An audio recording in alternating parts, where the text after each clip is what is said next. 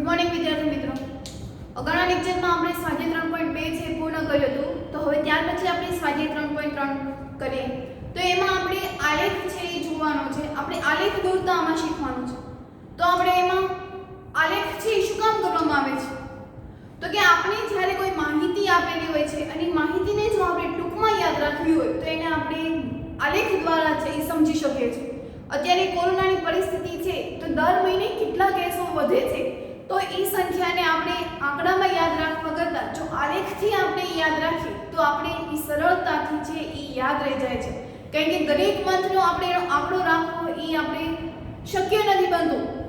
આંકડો છે એ ઉપર નીચો થઈ જાય છે. પણ જ્યારે આ જ આંકડાને આપણે જો માહિતી વડે દર્શાવીએ તો આ માહિતીથી આપણને સરળ રીતે સમજી શકીએ છીએ અને બીજા તરફ આપણે પ્રસ્તુત છે એ કરી શકીએ છીએ. એટલે જેટલી પણ માહિતી છે એ બધી માહિતી છે એને આલેખ દ્વારા દર્શાવવામાં આવે છે. અત્યારે જે તમારા ધોરણમાં ભણવાનું છે એમાં ખાલી દ્વિલંબ આલેખ છે, બાકી આલેખના ઘણા બધા પ્રકાર છે. બરાબર, પાઈ ચાર્ટ દ્વારા એટલે કે વર્તુળ દ્વારા પણ આપણે આલેખને માહિતી દ્વારા છે એ સમજી શકીએ છીએ અથવા તો માહિતીને એ વર્તુળ આલેખમાં સમજાવી શકીએ છીએ. દ્વિલંબ આલેખ આવે છે, પછી લંબ આલેખ આવે છે, પછી બહિર્વૃત્ત જેવો આલેખ આવે છે. એટલે આલેખના ઘણા બધા પ્રકાર હોય છે, પણ એમાંથી આપણે આજ તમારે અભ્યાસમાં દ્વિલંબ આલેખ વિશે જે સમજવાનું છે. દ્વિલંબ આલેખ એટલે દ્વિ એટલે બે અને લંબ એટલે બે ઊભા થાંભલા જેવા હોય. એક જ આલેખમાં બે થાંભલા જેવા આલેખને એટલે કે બે માહિતીને સરખામણી કરવા માટે આપણે એને એક જ આલેખમાં દર્શાવીએ છીએ.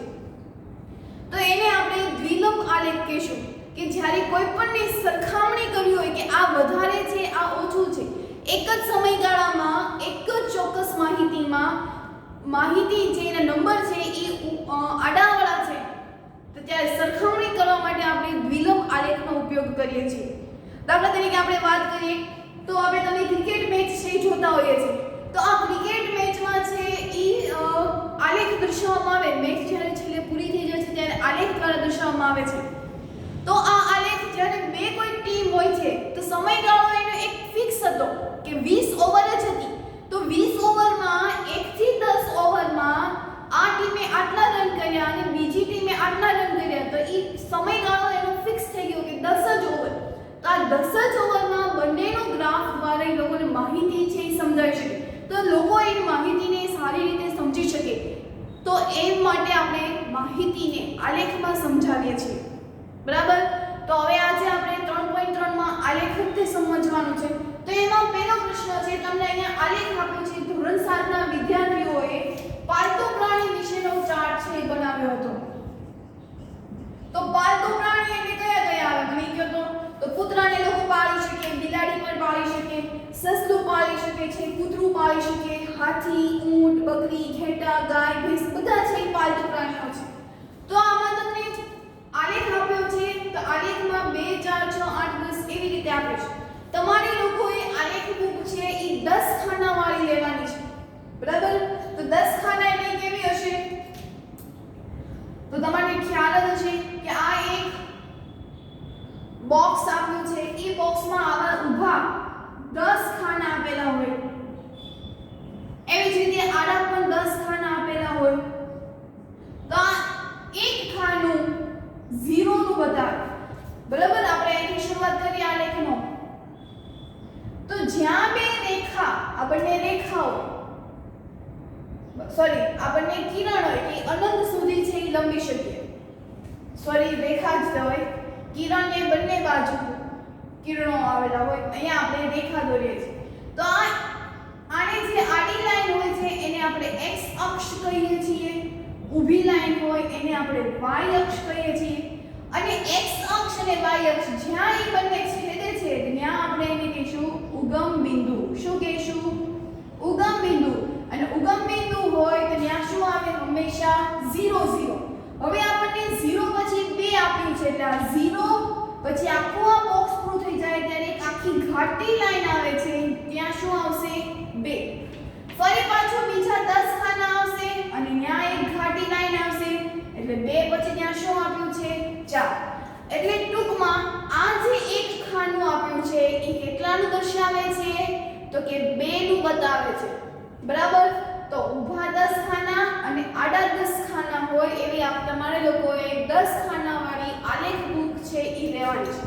આપણે હંમેશા દર્શાવવાનું આવે છે એ ઘાટા કલર ઉપર જ તે દર્શાવવામાં આવ્યું છે. આપણે અહીંયા 2 4 6 8 લઈએ કે આપણે 1 2 3 4 પણ લઈ શકીએ છીએ. 10 20 30 જે રીતની માહિતી આપી હોય એ રીતની માહિતીને આપણે આલેખમાં દર્શાવવા માટે જે તે નંબર છે એ આપણે લઈએ છીએ. અહીંયા આલેખ તમને ઓલરેડી પહેલેથી જ દોરીને આપ્યો છે. તેમાં આપ્યું છે 2 4 6 8 10 12. બરાબર. સંખ્યા છે હંમેશા y અક્ષ ઉપર આવશે. માહિતી છે બધી ક્યાં આવશે? x અક્ષ ઉપર. નંબરિંગ છે બધા y અક્ષ ઉપર આવશે અને જે કોઈ માહિતી છે ઈ x અક્ષ ઉપર છે ઈ આવે છે.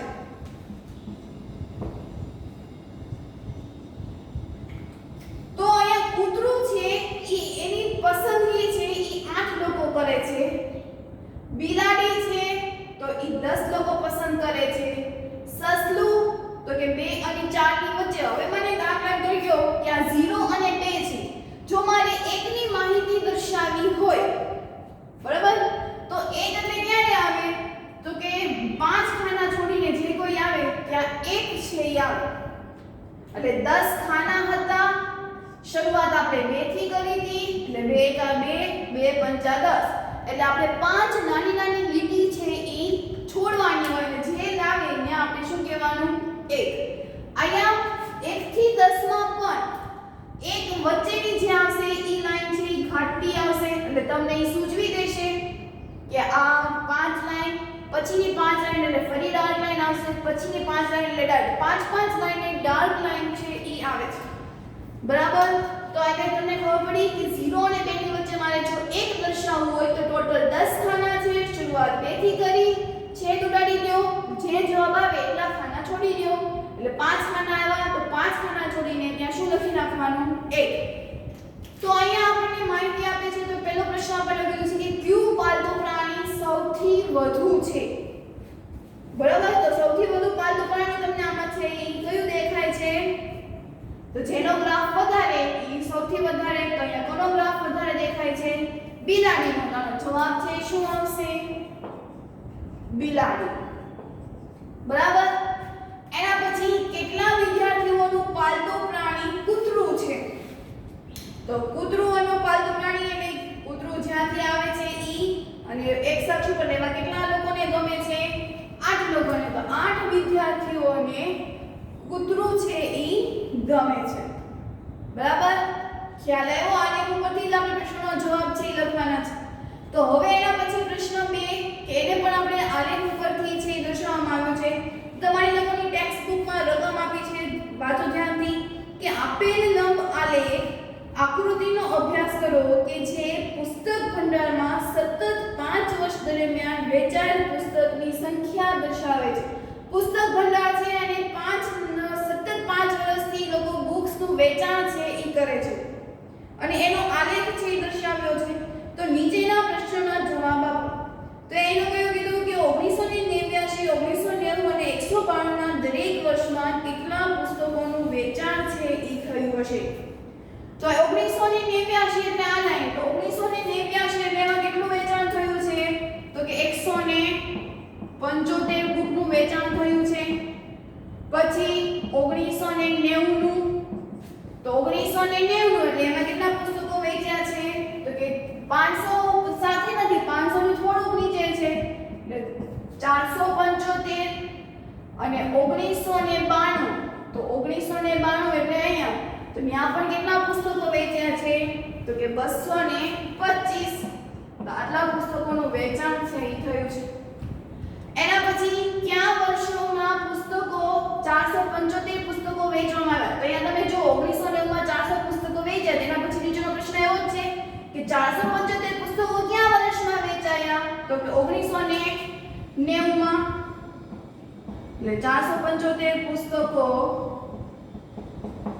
1990 માં તેમજ 225 પુસ્તકો 1992 માં વેચાયા. બરાબર. કયા વર્ષમાં 250 કરતા પણ પુસ્તકો છે ઈ ઓછા વેચાણા? 250 કરતા પણ ઓછા વેચાયા હોય તો હવે અહીંયા જો 1989 માં 175 પુસ્તકો વેચાણા. આપણે ઉપર લખી નાખ્યા અહીંયા 175, અહીંયા 475, 1991 ને એમાં 300, 1992 માં 225 અને 193 માં 600 પુસ્તકો છે એ વેચાયા છે. તો આ જે પુસ્તકો આપ્યા છે એમાં 250 કરતા ઓછો એવા કેટલા છે? તો 475, 300 અને 600 છે એ 250 થી તો વધારે જ હોય. તો કયા કયા આવ્યા છે? તો કે 175 વર્ષ લખવાનું છે એટલે 1989 અને 1993 માં 250 કરતા પુસ્તકો ઓછા વેચવામાં આવ્યા. બરાબર? તો એ ખ્યાલ આવ્યો શું કર્યું એ? તો હવે એના પછીનો પ્રશ્ન કે 1989 માં વેચવામાં આવેલા પુસ્તકોની સંખ્યાને અંદાજ છે એ કેવી રીતે કાઢી શકાય? આપણે ઉપર લખ્યું કે 1989 માં 175 પુસ્તકો છે એ વેચ્યા છે. 1990 માં 475, 1992 માં 225.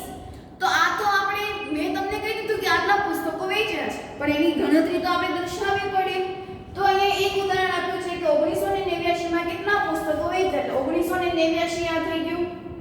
તો 1989 એટલે એમાં 100 કરતા તો ઉપર જ છે, એટલે કમસે કમ 100 પુસ્તકો તો એને વેચાઈ જશે. તો જ તે આપણે 100 ની લાઈન કરતા ઉપર આવી ગઈ. એટલે ત્યાં તો પહેલા શરૂઆતમાં શું લખવાનું? 100. એટલે એ પૂરું થઈ ગયું. હવે આ 100 અને 200 એટલે આવી રીતે લખવાનું હોય કે અહીંયા પહેલા 100 લખ્યા હોય, મેની જગ્યાએ પહેલા શું લખ્યું હોય? 100. પછી બીજા 10 ખાના છોડીને શું લખ્યું હોય? 200. એટલે એ કેટલા ખાના થઈ ગયા? 100. કારણ કે 0 થી 100 એવી રીતે 100 થી 200 બધા વચ્ચેનો કાપો કેવો હોય? એક સરખો જ હશે. બરાબર? એટલે 100 પછી તો કે વત્તા કરીને 100 એને ગુણ્યા 3/4. શું આવશે? 3/4. આપણે અપૂર્ણાંક શીખ્યા તમે, બરાબર? છઠ્ઠા ધોરણમાં. તો આનો મતલબ શું થાય કે 4 ખાનામાંથી એક જ ખાનો જોડવાનો, બાકી 3 ખાના છે એ એક સંખ્યા સાથે જોડાયેલા. એટલે એક ખાનાની વેલ્યુ કેટલી થાય? 3/4. બરાબર? તો હવે મને એમ કહો તો અહીંયા છેદનો પડશે, અંશ અંશનો ગુણાકાર, છેદનો ગુણાકાર, 4 એકા 4 અને 25 ચોકું 100. એટલે શું આવે? 100 + 25 ગુણ્યા 3 એટલે 100 + 25 તેરીને 75. તો 100 + 75 એટલે કેટલા થાય? 175. શું થશે? 175. તો જો તો આપણે જે જવાબ લખ્યો તો એ સાચો પડ્યો? તો કે હા, આપણે 1989 નું પૂછ્યું હતું અને એમાં પુસ્તકોની સંખ્યા આપણને કેટલી મળી? 175. એટલે ખાસ યાદ રાખવાનું કે અહીંયા આપણને 1989 કીધું છે એટલે 100 કરતા તો ઉપર જ છે, એટલે આપણે 100 ઉમેરવા પડશે. એટલે પહેલા સ્ટાર્ટિંગના 100 ઉમેરી દીધા, પછીના 100 છે કારણ કે 100 પછી 200, 100 અને 200 વચ્ચેનો ડિફરન્સ તફાવત કેટલો થઈ ગયો? 100 નો. 100 અને 200 નો તફાવત કેટલો થાય? 100 નો જ છે. એટલે આ જે કોઈ આની વચ્ચે 10 ખાના આવેલા હોય, સોરી આની વચ્ચે 100 ખાના આવેલા હોય, આવી ઝીણા ઝીણા સાફ. એટલે આ એક ખાનું છે એનું મૂલ્ય કેટલું? આ જે એક ખાનું છે એનું મૂલ્ય કેટલું થાય? તો કે 3/4 એને ગુણ્યા 100. કેટલો થાય એનો? તો એનો શું કરી નાખવાનો? સરવાળો, છેદ ઉડાડ્યા એટલે આવ્યું આપણે 25 અને અંશમાં તો 3 હતા જ તે, એટલે ત્યાં શું આવ્યું? 25 તેરી 75. એટલે 100 + 75 એટલે જવાબ શું આવશે? 175. તો આવી રીતે આપણે પુસ્તકોની સંખ્યાનો અંદાજ છે એ કાઢ્યો. તો હવે આપણે એના પછીનો ત્રીજો પ્રશ્ન છે એ જોઈએ. તો હવે એના પછીનો ત્રીજો પ્રશ્ન છે. તો એ ત્રીજા પ્રશ્નમાં એવું કીધું છે કે જુદા જુદા ધોરણ 6 ના વિદ્યાર્થીઓની સંખ્યા નીચે દર્શાવેલ 6 ધોરણ છે, એટલે કે 5મું, 6ઠું, 7મું, 8મું,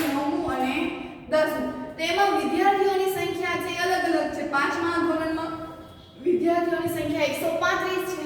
છઠ્ઠા ધોરણમાં 120, સાતમામાં 95 વિદ્યાર્થીઓ છે, આઠમામાં 100, નવમામાં 90, દસમામાં 80 વિદ્યાર્થીઓ છે. તો આ વિદ્યાર્થીઓને આપણે માહિતી એટલે કે આ માહિતીને લંબ આલેખ સ્વરૂપે દર્શાવવામાં આવે છે. શેમાં આપણે સમજવાનું છે? લંબ આલેખમાં. હવે આ માહિતી છે એ આપણને એક જ આપી છે એટલે આપણે એને એક જ આલેખ દ્વારા દર્શાવીએ એટલે માટે આપણે એને શું કહીશું? લંબ આલેખ. જો આ જ માહિતી છે જો એ બીજા કોઈ ધોરણની આપી હોય એટલે બે માહિતી ભેગી થઈ હોય તો ત્યારે આપણે દ્વિલંબ આલેખ છે દોરશું. તો અહીંયા આપણે આલેખ દોરશું તો પહેલા આપણે એવું કીધું છે કે તમે પ્રમાણમાં કેવી રીતે નક્કી કરશો? પ્રમાણમાં એટલે શું કે આલેખની શરૂઆત છે એ તમે ક્યાંથી કરશો? 0 થી કરશો, 120 થી કરશો, ડાયરેક્ટ 5 ના ગેપ લઈને કરશો, 2 ના ગેપ લઈને કરશો, ક્યાંથી કરશો? તો મને એમ જુઓ તો કે 95 અને 90 એટલે કે 7મું અને 9મું વચ્ચે 5 વિદ્યાર્થીઓ છે. અહીંયા 95 છે અને અહીંયા 90 છે. જો હું 10 ના કાપા લઈશ આલેખ દોરવામાં હું 10 20 30 40 એમ લઈશ તો જે 95 હોય તો એ 90 અને 100 ની વચ્ચેની જે 5 ની લાઈન હશે ડાળ ત્યાં આપણે દર્શાવી શકાય. દાખલા તરીકે આ આલેખ છે અહીંયા 90 આવે છે, અહીંયા 100 આવે છે, આની વચ્ચે 5 કાપા છે બરાબર. સોરી તમારે 10 આવશે એટલે આની વચ્ચે 10 કાપા છે. 1 2 3 4 5 6 7 8 9 અને આ 10 બરાબર. 10 ખાના આવે છે એટલે 90 પછી ગણો તો 90 પછીની જે નાની લાઈન આવશે એટલે 91 92 93 94 ને 95 એટલે આ જે ડાર્ક લાઈન આવે છે એ શેની બતાવે છે? 95. તો એ રીતે આપણે દર્શાવી શકાય.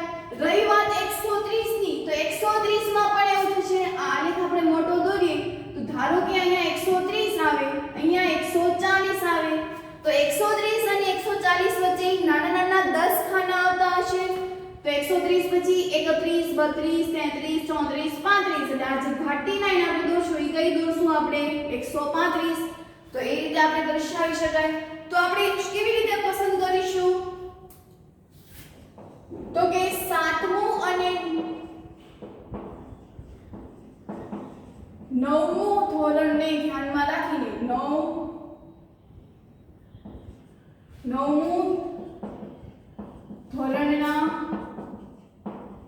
વિદ્યાર્થીઓની સંખ્યાને આધારે આલેખમાં શરૂઆત ક્યાંથી કરશું?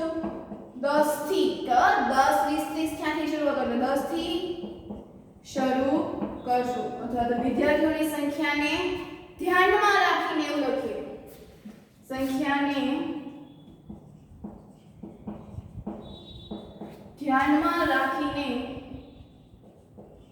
આલેખમાં 10 થી શરૂઆત કરશું. તો હવે આપણે પહેલા આલેખ છે એ દોરી નાખીએ. તો ચાલો દોરો મારી સાથે સાથે આલેખ માટે તમારી આલેખ બુકમાં.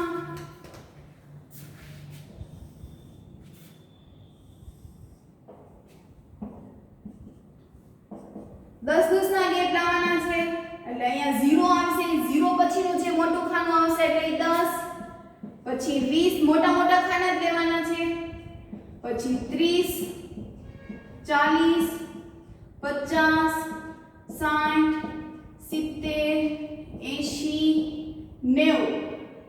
હજી આપણે ગ્રાફ છે ઉપર જતો રહેશે.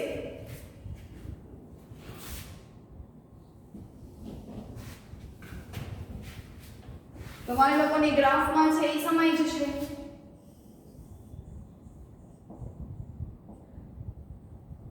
એક કામ કરીએ હું ઊંધેથી લખું 140 130 120 110 110 120 130 10 10 20 30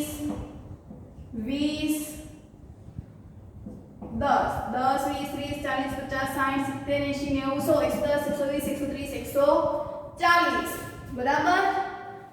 હવે આ આપણે y અક્ષ દોરી નાખ્યો. એવી જ રીતે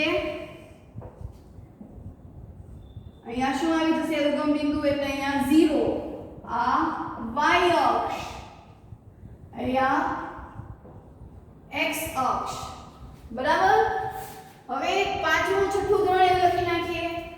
તો અહીંયા હું 5th સ્ટાન્ડર્ડ દર્શાવું, પછી 6th 7th 8th અને 9th. કારણ કે માહિતી છે એ બધી ક્યાં આવશે?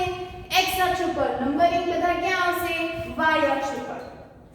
હવે તો કે પાંચમા ધોરણમાં 135 લોકો છે. કેટલા છે? 135.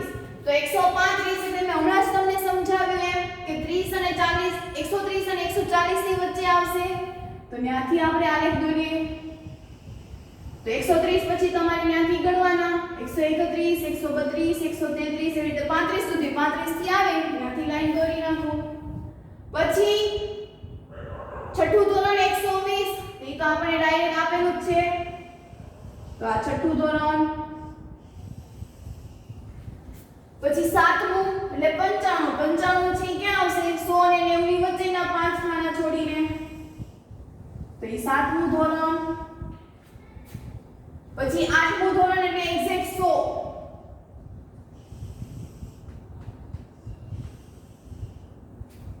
બરાબર. નવમું ધોરણ એટલે 90.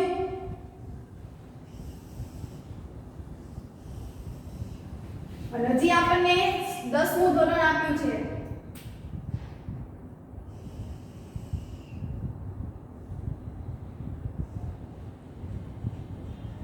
તો 10th સ્ટાન્ડર્ડમાં 80 લોકો છે એટલે 80 થી ગ્રાફ દોરવાનો. બરાબર થઈ ગયો આ ગ્રાફ. ખ્યાલ આવ્યો આપણે કયું કર્યું? એટલે અંદર પછી છે ને આપણે ડિઝાઇન કરી નાખવાની. ડિઝાઇનમાં આપણે કરકરિયા વાળી આવી રીતે લાઈન છે એ દોરી શકો. બરાબર સીધી પણ દોરી શકો.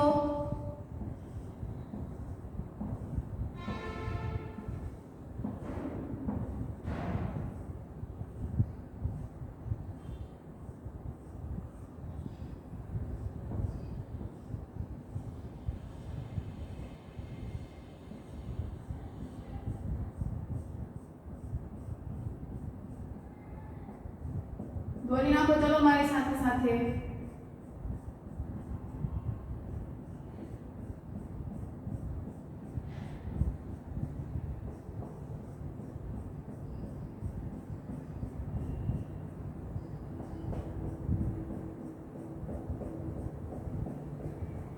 બરાબર. તો આ જો થઈ ગયો આલેખ. ક્લિયર? આપણે સમજાણું તમને આપણે શું કર્યું ઈ. તો હવે આમાં આપણે બી પ્રશ્ન કીધું કે કયા ધોરણમાં સૌથી વધુ વિદ્યાર્થીઓ છે અને કયા ધોરણમાં સૌથી ઓછા વિદ્યાર્થીઓ છે. તો આલેખ ઉપરથી ગયો તો કે કોનો આલેખ મોટો જાય છે? તો કે પાંચમાનો. એટલે સૌથી વધુ વિદ્યાર્થીઓ ક્યાં છે? પાંચમા ધોરણમાં. સૌથી વધુ પાંચમા ધોરણમાં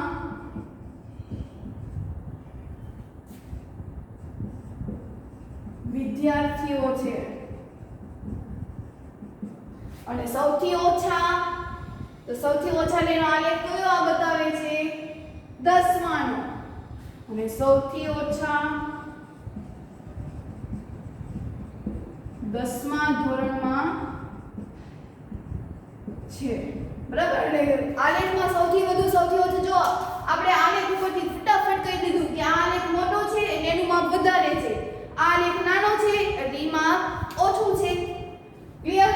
હવે એના પછીનો તો કે ધોરણ 6 અને 8 ના વિદ્યાર્થીઓની સંખ્યાનો ગુણોત્તર શોધો. તો પેલા ધોરણ 6 માં કેટલા વિદ્યાર્થીઓ છે? ધોરણ 6 માં 120.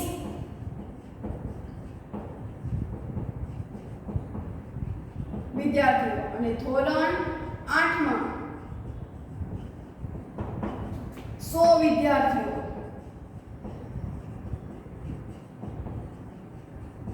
બરાબર. હવે તો કે આ બે સંખ્યાઓનો આપણે ગુણોત્તર છે શોધવાનો છે.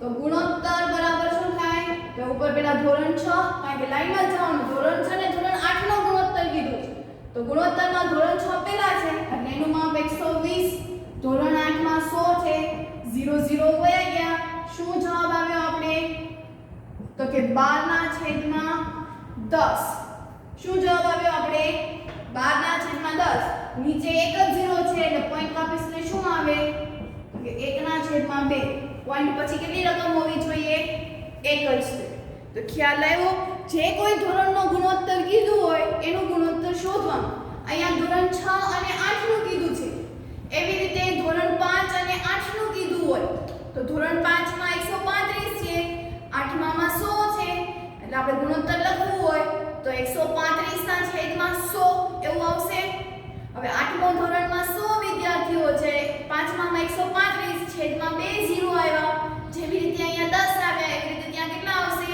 100 તો જ્યારે 100 એટલે નીચે 2 મીંડા છે એટલે પોઈન્ટ કેટલા કપવાના છે છેલ્લેથી 2 એટલે આપણેનો ગુણોત્તર કેટલો આવશે 1.35 બરાબર ખ્યાલ પડ્યો જેનો ગુણોત્તર શોધવાનો કીધું હોય એ ગુણોત્તર શોધવાનો તો હવે એના પછીનો ચોથો પ્રશ્ન છે એ જોઈએ એના પછી પ્રશ્ન 4 તો એમાં પણ આપણે આલેખ દોરવાનું તમે જુઓ અહીંયા આપણને બે માહિતી આપી છે પ્રથમ સત્ર અને બીજું સત્ર એક જ ને આધારે આપણને બે નંબરિંગ આપ્યા છે એ માહિતી અંગ્રેજી હિન્દી ગણિત વિજ્ઞાન સામાજિક વિજ્ઞાન છે અને પ્રથમ સત્રને આધારે અને બીજું સત્ર એટલે બે આપણને માહિતી આપી છે તો અહીંયા આવી રીતે જ્યારે પણ આપણે બે કોષ્ટક આપ્યા હોય તો ત્યારે આપણે દ્વિલંબ આલેખ દોરવાનો હોય છે જેવી રીતે હમણાં આપણે એક લંબ આલેખ દોર્યો તેવી જ રીતે હવે આમાં દ્વિલંબ આલેખ દોરવાનો છે તો આમાં આપણને સૂચના આપી છે કે વિદ્યાર્થીઓના પ્રથમ સત્ર અને બીજા સત્રના પરિણામ આપેલ છે યોગ્ય પ્રમાણ માપ લઈને દ્વિલંબ આલેખ દોરો અને નીચેના પ્રશ્નોના જવાબ આપો તો હવે આપણે પહેલા આનો આલેખ છે એ દોરવાનો છે દોરી નાખીએ આપણે આલેખ ચલો આલેખમાં આપણે નંબરિંગ છે ક્યાંથી લઈશું તો આમાં પણ આપણે 10 થી જ લઈશું કારણ કે બધા આંકડાઓ 100 ની અંદર આવે છે એટલે આ 10 20 30 40 50 60 70 80 90 અને ઉપર અહીં આપણે જાશું બસ 90 સુધી અને 100 અહીંયા જે આપશું એ શું હશે 100 બરાબર આ ઉપર જાય છે એ શું છે અહીંયા ઉગમ બિંદુ શું આવશે 0 નંબરિંગ છે એને કયું અક્ષ કહેવાય x y અક્ષ શું કહેવાય y અક્ષ અને જે આડી લાઈન છે એને શું કહેવાય x અક્ષ શું કહેવાશે x અક્ષ આડી લાઈન છે એને x અક્ષ ઊભી લાઈન છે એને y અક્ષ તો ચાલો દોરી નાખીએ તો પહેલા આપણે x અક્ષ ઉપર માહિતી દર્શાવી દઈએ કે અંગ્રેજી હિન્દી પછી ગણિત વિજ્ઞાન ને સામાજિક વિજ્ઞાન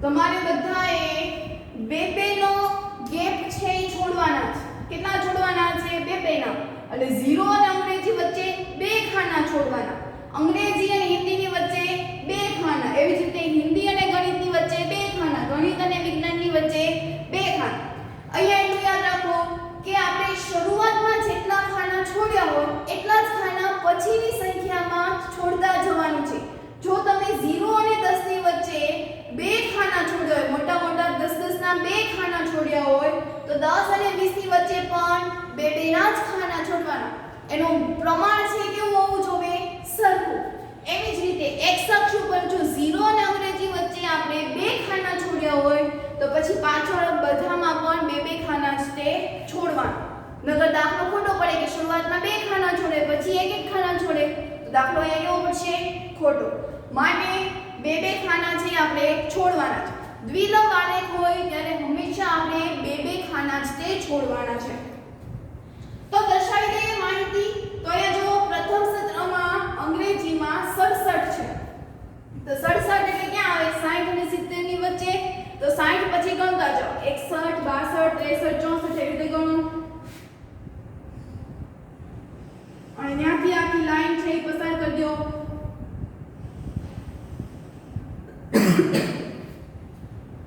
બરાબર એ જ સમયે અંગ્રેજીમાં કેટલા માર્ક્સ છે 70 તો ત્યાંથી 70 એટલે પૂરા થઈ જશે તો ત્યાંથી આવી આખી લાઈન દોરી નાખો એટલે આ આખું થઈ ગયું અંગ્રેજીનું હવે અહીંયા બે પરીક્ષા ભેગી થઈ આપણે એને અલગ દર્શાવવા છે તો અલગ દર્શાવવા માટે બે માંથી કોઈ એક માંથી હું આવી દે મે આલેખને હું ડિઝાઇન કરી દઈશ કે જેથી મને ખબર પડે કે પ્રથમ સત્ર છે જો પહેલામાં તમે કરો એટલે એ પ્રથમ સત્ર કહેવાય બીજામાં તમે ડિઝાઇન કરો એટલે બીજું સત્ર તો પ્રથમ સત્રમાં અંગ્રેજી લાવવાવાળા 67 હતા જ્યારે બીજી સત્રમાં એને માર્ક વધારે લાવ્યો તો એ 70 એટલે 3 માર્ક્સ એને વધી ગયા બરાબર ને પ્રથમ સત્રમાં એને 67 હતો બીજા સત્રમાં એને 70 આવ્યા તો 3 માર્ક્સ વધ્યા ને તો ઇમ્પ્રૂવ થયું એનો વધારો થયો એવી જ રીતે હિન્દીમાં પહેલા 72 છે હવે હિન્દી માટે વાત કરીએ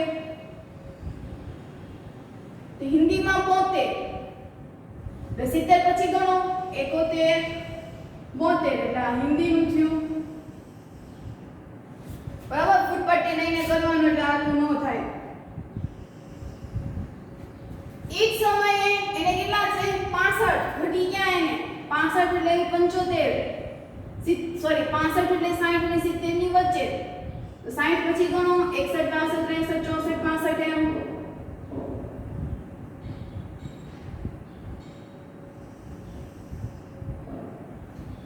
થઈ ગયું હવે પાછી આપણે પ્રથમ સત્રમાં જ તે ડિઝાઇન કરવાની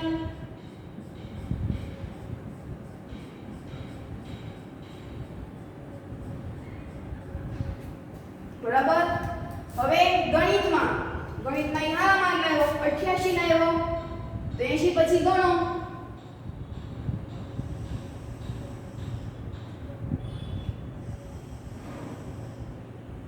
બરાબર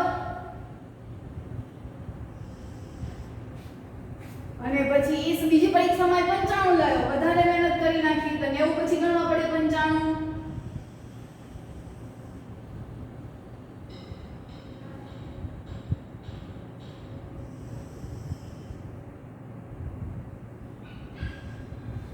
તો એમાં તે પ્રથમ પરીક્ષાને જો પ્રથમ પરીક્ષા લ્યો તો બધાના જ વિષયમાં પ્રથમ પરીક્ષા લેવાની જો બીજો વિષય લ્યો બીજી સત્રાંત પરીક્ષા તો બધામાં જ તે બીજી સત્રાંત લેવાની વિજ્ઞાનની વાત કરીએ તો વિજ્ઞાનમાં પહેલા એને 81 હતા તો 80 પછી 71 અને પછી એને 85 થયા પછી ગણો 80 પછીના 5 ગણો એટલે ઈ વિજ્ઞાનના થઈ ગયા એમાં પણ આપણે પ્રથમ પરીક્ષા જ તે દર્શાવીએ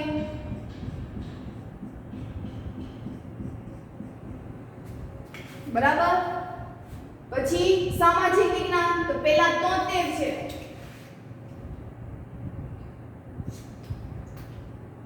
73 એટલે 70 પછી ગણો 70 71 72 73 ત્યાંથી ગણવાનું અને પછી 75 લાવ્યો એટલે એમાં તે 70 પછી 70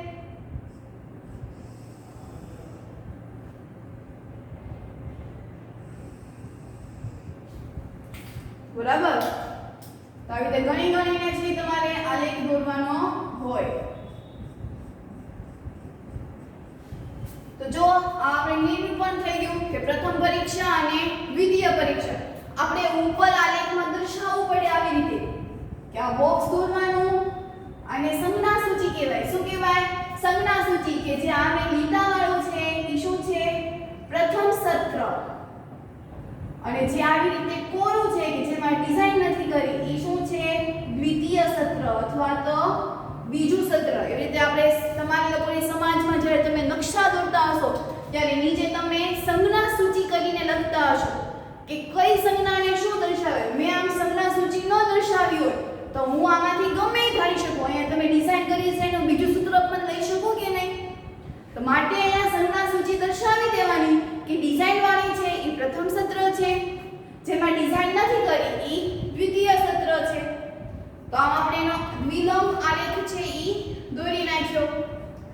તો હવે મને એમ કહો તો કે વિદ્યાર્થીઓએ કયા વિષયમાં સારો એવો દેખાવ કર્યો. તો સારો એવો દેખાવ કરવા માટે સ્તંભ કેવો હોવો જોઈએ? ઊંચો. તો અહીંયા ઊંચો છે એ કોનો દર્શાવે છે? કયો આલેખ દર્શાવે છે? કયો વિષય? તો તમે જો ઊંચો આલેખ છે કોનો છે? ગણિતમાં આપણા વિષયમાં હોય ને ભાઈ. તો અહીંયા શું આવશે કે વિદ્યાર્થીઓએ ગણિત વિષયમાં દેખાવ સૌથી વધુ સારો કર્યો. બરાબર. પછી એવું કીધું પ્રશ્ન કે કયા વિષયમાં સૌથી ઓછો સુધારો થયો? સૌથી ઓછો સુધારો એટલે કે ઓછા વધ્યા હોય એમાં કયો વિષય છે? તો જો 67 પછી 68 69 70 3 માર્ક્સનો વધારો થયો. પછી 72 અહીંયા 72 હતા અને 65 થયા એટલે ઘટ્યા.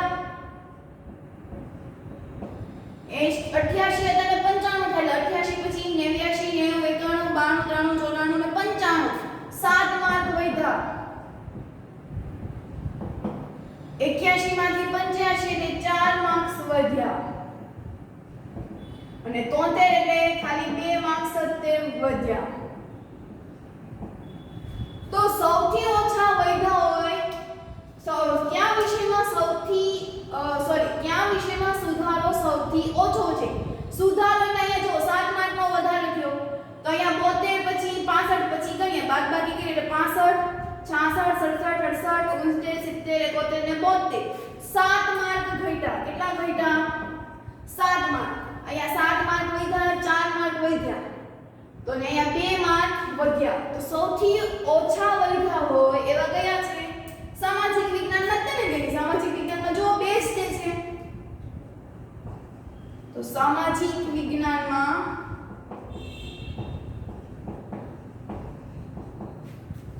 સુધારો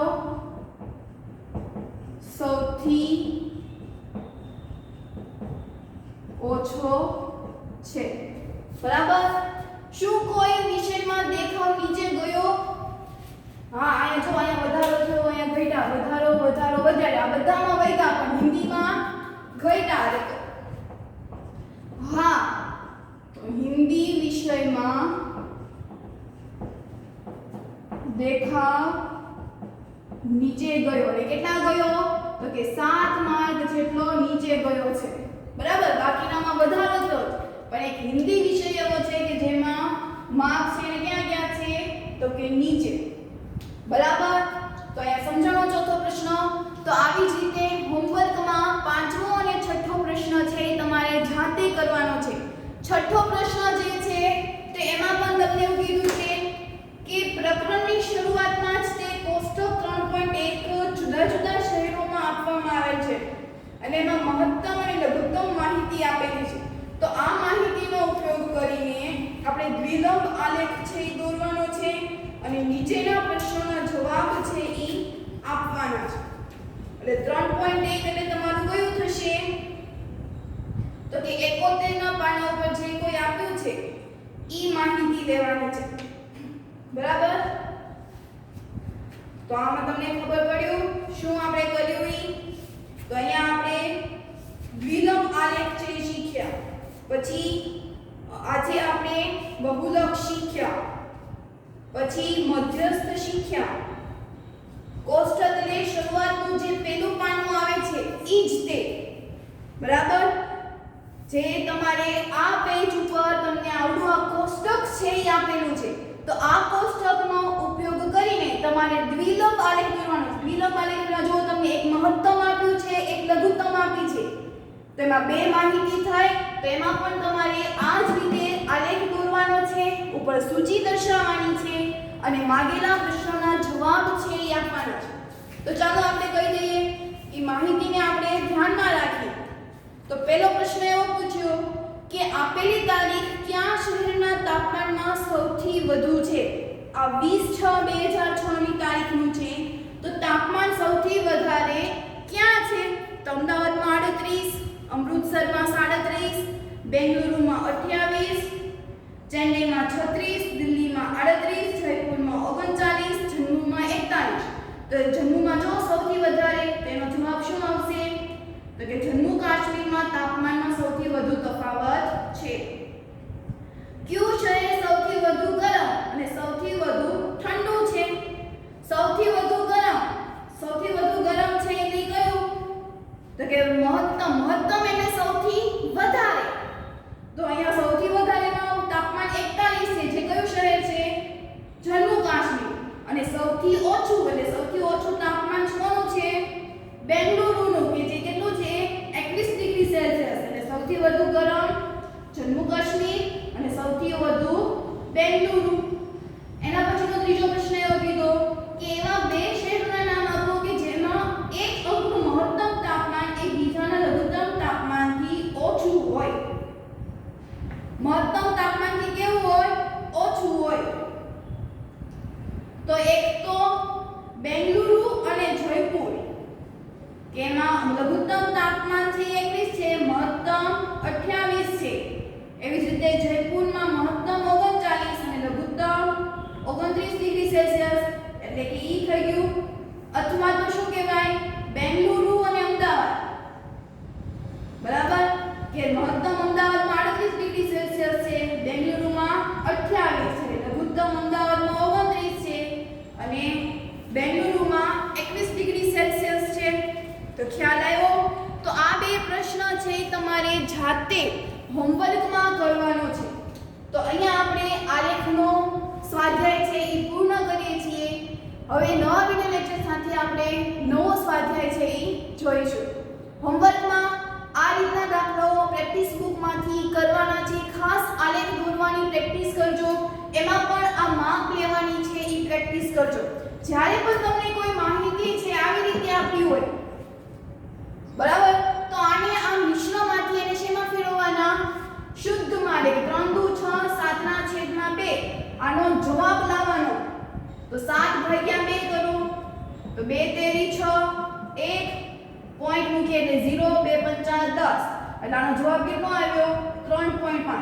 એટલે આવી રીતે પોઈન્ટમાં દર્શાવીને આપણે એનો ગ્રાફ છે એ દર્શાવી શકીએ છીએ. અહીંયા 3.5 એટલે શું? તો કે 3 અને 4 ની વચ્ચે જે લાઈન આવે છે ડાર્ક, કારણ કે 3 એટલે 3.5 એટલે 3.1, 3.2, 3.3, 3.4, 3.5 જ્યાં આવે ત્યાં એનો આલેખ છે એ દર્શાવી દેવાનો. તો આ રીતના દાખલાઓ હોય ત્યારે ખાસ ધ્યાન રાખજો કેવી રીતે કરવું. તો આની પ્રેક્ટિસ છે એ તમને પ્રેક્ટિસ બુકમાં ઘણા બધા આવા આલેખ દોરવાના પ્રશ્નો આપ્યા છે, તો ખાસ કરી નાખવાનું. તો અહીંયા આપણે આજનો લેક્ચર છે એ પૂર્ણ કરીએ.